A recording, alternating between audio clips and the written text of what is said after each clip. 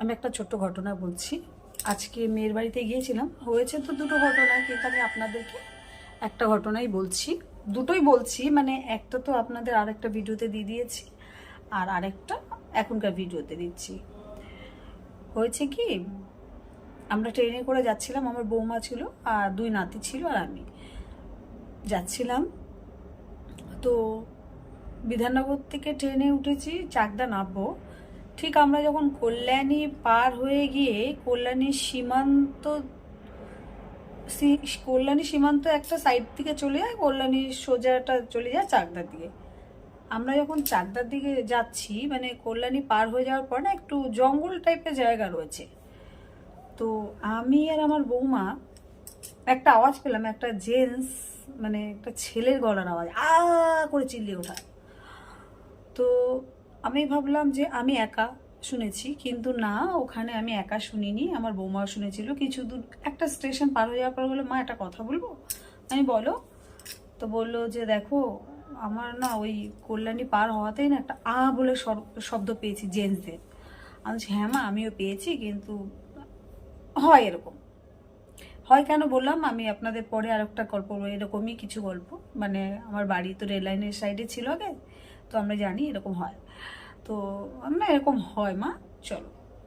তো দুজন মিলে একটুখানি কিছুক্ষণ চুপচাপ ছিলাম, আহারে কি হলো না হলো এসব করতে করতে বাড়িতে চলে এলাম। মেয়ের বাড়িতে কিছুক্ষণ ছিলাম, ঠিক আবার আমরা ব্যাক করলাম। মেয়েকেও সঙ্গে করেই নিয়ে এলাম, মেয়েকে নিয়ে এলাম, নাতিদেরকে নিয়ে এলাম।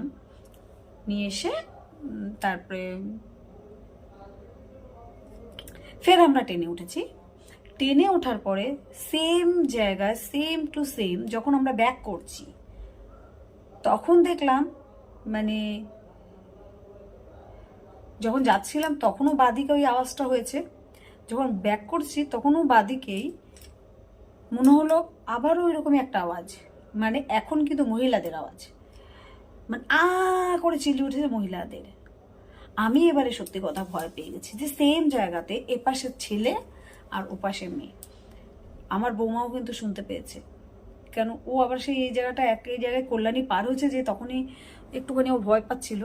ও সেম শুনতে পাচ্ছে, সঙ্গে সঙ্গে বললো, মা শুনলে শুনলে শুনলে। আমি হ্যাঁ রে মা, শুনলাম। সেম হলো, কি ব্যাপার বলতো, আমি বুঝতে পারছি না।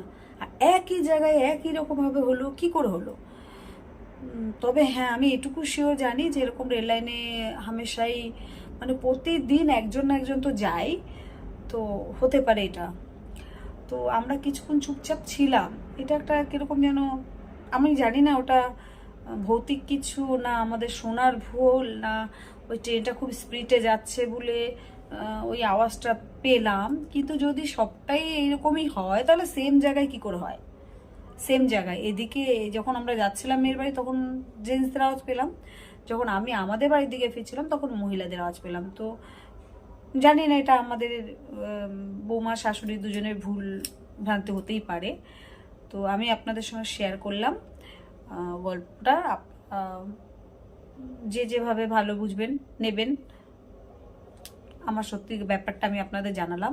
আর আমার অনেক কিছু ভৌতিক টৌতিক গল্প টল্প আমি জানি, অনেক কিছু হয়েছে। তো আমাকে অনেকে জানিয়েছে, শুনেছে, অনেকের গল্প আমি জানি। আমি আপনাদের একটা একটা করে আমি আপনাদের জানিয়ে দেবো। টাটা বন্ধুরা।